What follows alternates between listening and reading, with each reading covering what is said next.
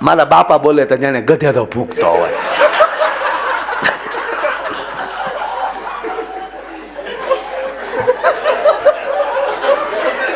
તે એ ભૂરો આવ્યો, લગ્ન થઈ ગયેલા પછી 15મે દિવસે લગ્ન. તો આપ બધા જાણો છો કે ને અમે 45 જગ્યાએ તો જોયું,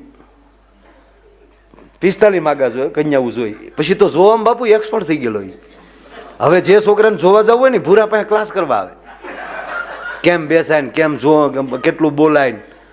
અમારે ભૂરો એક જગ્યાએ ગયો ને તે જેમ રૂમમાં દીકરી બેઠી હતી ન્યા ગયો તો દીકરી ઊભી થઈ જાય, આવો ભાઈ આવો. ભૂરો ગપ દીન બારો બોલો.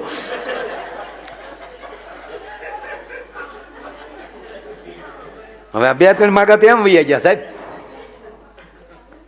એ કાંઈ નથી, આ ભૂરાની વાતો આવે અહીંયા ભડાકા હોય. આમાં થોડી સારી વાતો હોય. ગાળ માથે બેઠો હોય લાલ કા. અમારે ઉપસરપંચ છે ગામનો, બહુ મોજીલો માણસ. ઓલા સાહેબે ડીડીઓ સાહેબે કીધું ભુરેશ જોઈએ આમાં કાંઈ પાછું ખાવા બાવાનું નહીં. તક તો હું દાડીએ જાઉં, ખાવા બાવાનું નહીં જાઉં. તમે હું અહીંયા જાણે સતવાદી બેઠા છો નહીં કે બધા. તો સાહેબ કાંઈ ન બોલ્યા. તો લગ્ન પછી 15મે દિવસે એ આવ્યો મારી વાડીએ, પાછો તોતલું બોલે. તો હું વાડીએ બેઠો હતો, આવ્યો આમ ઓલવાઈ ગયેલા ફાનસ જેવું મોઢું. હવે સાહેબ લગ્નના 15મે જ દિવસે આવો આવો અણહરો થઈને આવે એટલે આપણને છે બોલું થાય. મેં આય ભૂરા આવે મને ત્યાં હું આવે આવું થોલું તલાય. મેં કીધું તો તમે કહેતા હતા કે આ ન કરાય. એ નહીં, એ તો બરાબર થયું. હું કહું તો એ બરાબર થયું ને આવું શું કરાય ભૂરા? મને આમાં હળ નથી હોતી કાંઈ. મને તે એ નહીં માયાભાઈ, આવા ધંધા ન થાય. પણ મેં ભૂરા મેં કહેતા હતા કે ન પરણાય ન, એટલે એ નહીં, એ નથી વાત. એ બરાબર થયું.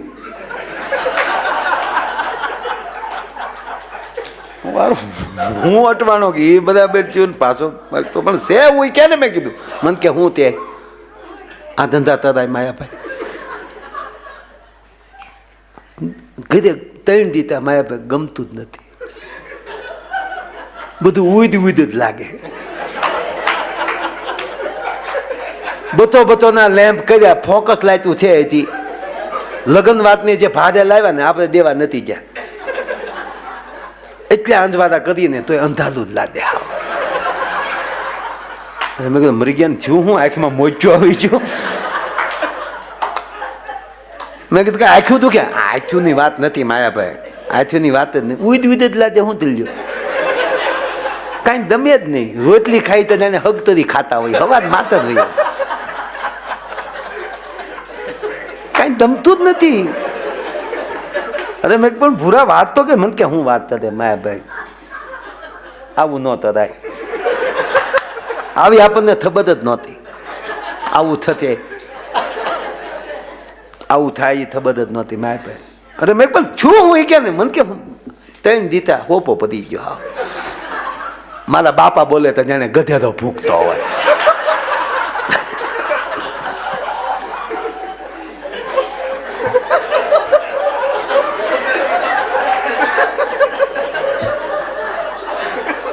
તમને દાંત આવે છે, હું હાથ તો તમને દાંત આવે છે.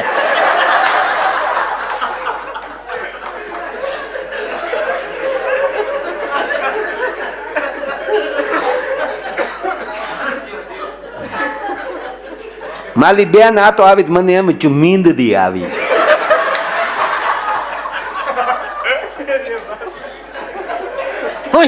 ચાલો તો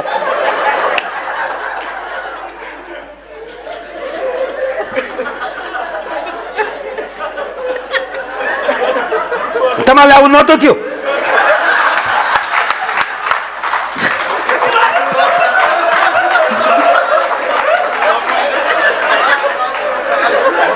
સીતાધામ બાપુ, સીતાધામ.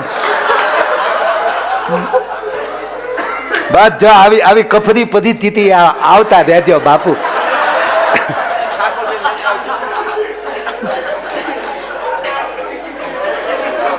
જો એટલો ફેર પડે, સંતો આવે તો એટલો ફેર પડે. પણ બાપુ કીધે તો હોપો પડી જાય. કાંઈ ખાવું ભાવે નહીં, કોઈ બોલે ગમે નહીં. 3 દીથા ઊંઘ તો આવતી જ નથી. ઘરમાં ઊંધીડ્યા દાખલ્યું વગાડે. મારા બા બોલે તો જાણે કૂતરી ભણતી હોય.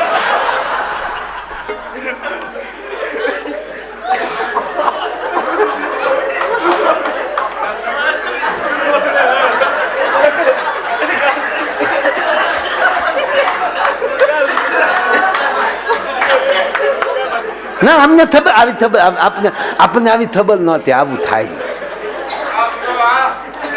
ખબર જ નહોતી બાપુ. પણ મેં કીધું ભૂરા વાત કરી તો ખબર પડે. મને કે વાત નથી કરતો તો હું કરું છું, વાત નથી કરતો. પાછા આપણને કે વાત કરતો વાત નથી ગમતું કહું છું ને ગધે હોપો પડી દો. હા 3 દીધા માયાભાઈ, 3 દીધા એમ જ લાગે લાઈટ જ નથી ઘરમાં. પંખો ફરે તોય પરચેવો વધે.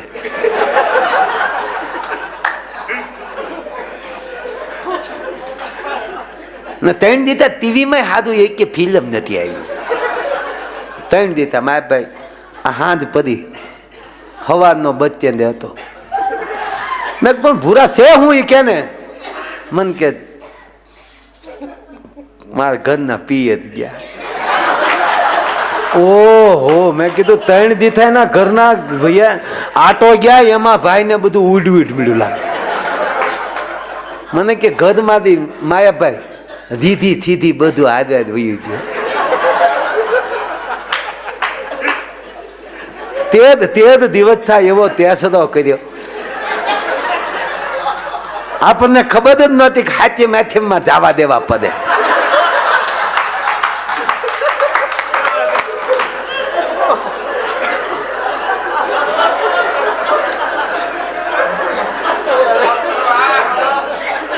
રાંધણ છે નું રાંધેલું જ્યાં રાંધીને રાંધ્યું એને જ માયાભાઈ. પણ ભાવે તમે કયો ભાવે જે આ છે તને તો જે નથી.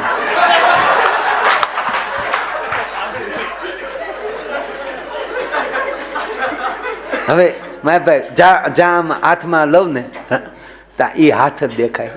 જે રોટલી જે થેપલા જે આંગળે વલાણા એ આંગળા ભાંગીને મોઢે દે તો કેવું હાલ લાગે. પણ 3 દીચા હોપો પડી જો હાથ એમ ગઈ. નંદ ભાઈઓ આખા ગામે કર્યો, આપણે નથી ગયા.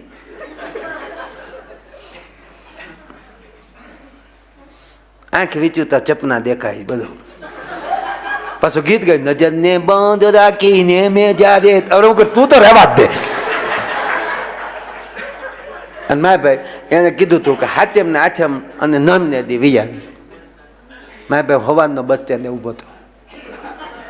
આપણે કીધું તું ને આજે આવવાના એટલે વાત હોય ને. હે તારે ન હોય અહીંયા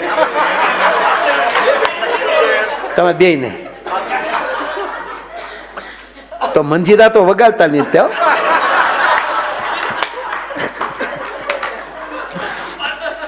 જો મંજીરા શીખી જાય તો હજી 5 વર્ષ ખેંચવા પડશે. ના હવે તો વાંધો નહીં. હવે તો ખબર પડશે કે જિજ્ઞેશ દાદામાં સંગીતમાં જાય છે, નહીં દેતા હોય એ દે છે. હા 5 કલાક મળશે. ખોટા ખાધો રાખજો.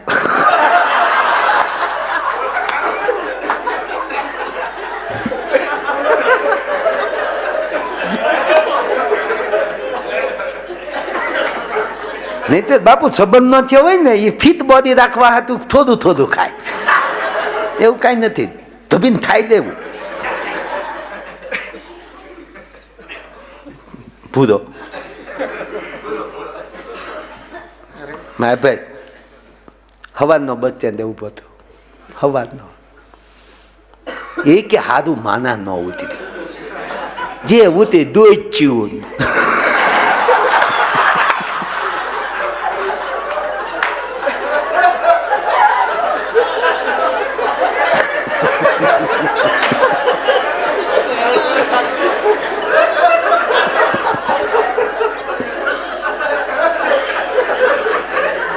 એમાં મારા ભાઈ છેલ્લી બચ આવી ને છેલ્લી બચ છેલ્લી બસ આવી ને કંડક્ટર ને ગગલાવ્યો, ખાધા માના ઉતાર કે ખાધા માના.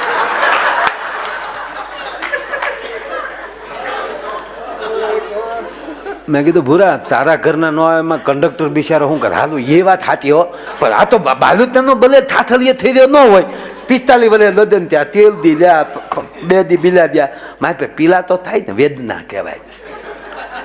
તો મેં કીધું એક કામ કરીને વાત કરી લે એટલે ઘણી શાંતિ થઈ જાય. જો આ તકલીફ, બે પાસે મોબાઈલ, મારા પાસે વિયોગ છે ને, વિયોગ એ બધું ભૂલવા લીધી, ભૂલી દો. એની પાસે મોબાઈલ, મારી પાસે મોબાઈલ, લીધા ત્યાં લીધા, લદનમાં જ લીધા. ચાંદલાના રૂપિયા આવ્યા ને એના મોબાઈલ લીધા. મેં કીધું જીક રિંગ જીક, જો આપ જો તમારી પાસે આવ્યા તો એટલો ફેલ પડ્યો. યાદ દેવલાવ્યું ને, આને જ છદા છનેહી કહેવાય માયાભાઈ, આને જ છદા છનેહી કહેવાય. લગાડ ફોન. પછી ઓલે પણ આનો ફોન આવે ને એટલે રિંગટોન અલગ મૂકેલો, ભુરેશનો ફોન આવે ને, અને દીકરી ત્યાં પેલા તો બેઠા રસોડા હતા ને, હવે તો ઊભા થઈ ગયા. ઊભા થઈ ગયા એનો અર્થ એ થયો કે ક્યારે હાવ વયા જાય નક્કી નહીં. આ તમે બેઠા છો ત્યાં સુધી નક્કી છે, હમણાં કોઈ ઊભું થઈ ગયું તો એમ થાય કે ક્યારે વયું જાય નક્કી નહીં. એમાં ઊભા રહોડા થઈ ગયા, અને એમાં શનિ રવિ તો બંધ થયા જ છે. મયરિયામાં મળલું માનતું નથી અને રવિવારે ઘરે કોઈ રાંધતું નથી.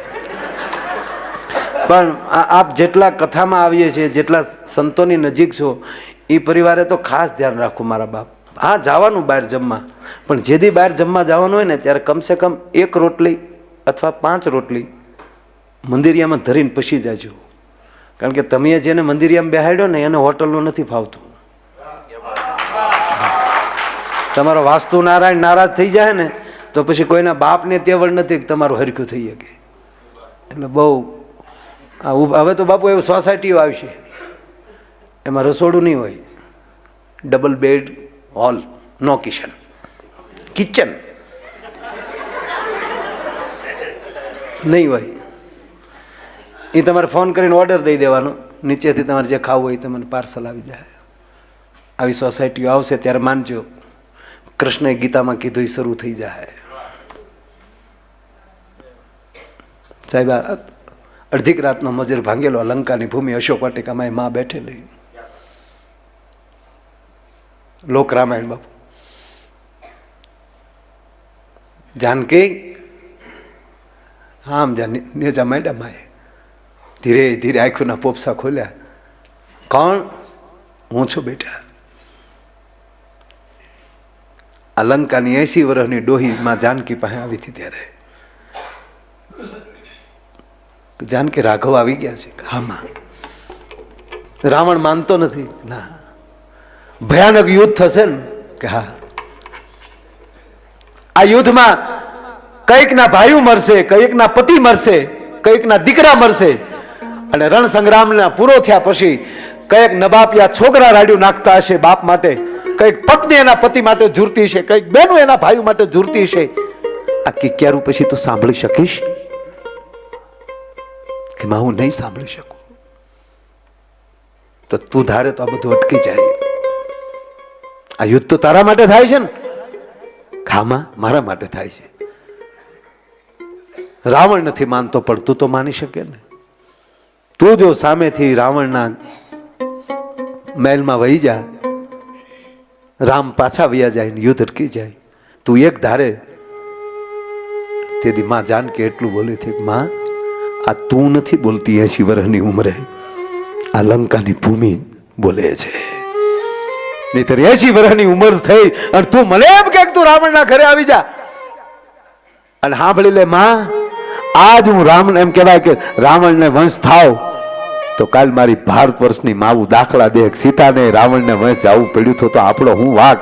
અને એ પછી દાખલા દઈને હાલશે તો એ વર્ણશંકર પ્રજા થશે, અને વર્ણશંકર પ્રજા થશે તો ભારત ધર્મહીન થશે. એ વર્ણશંકર થાય એની કરતા નબાપી થાય ને એનો મને કોઈ વાંધો નથી. એ નબાપીને કોઈક બાપ આવો સદગુરુ મળી શકશે. સાહેબ આ ધર્મની વાતો છે.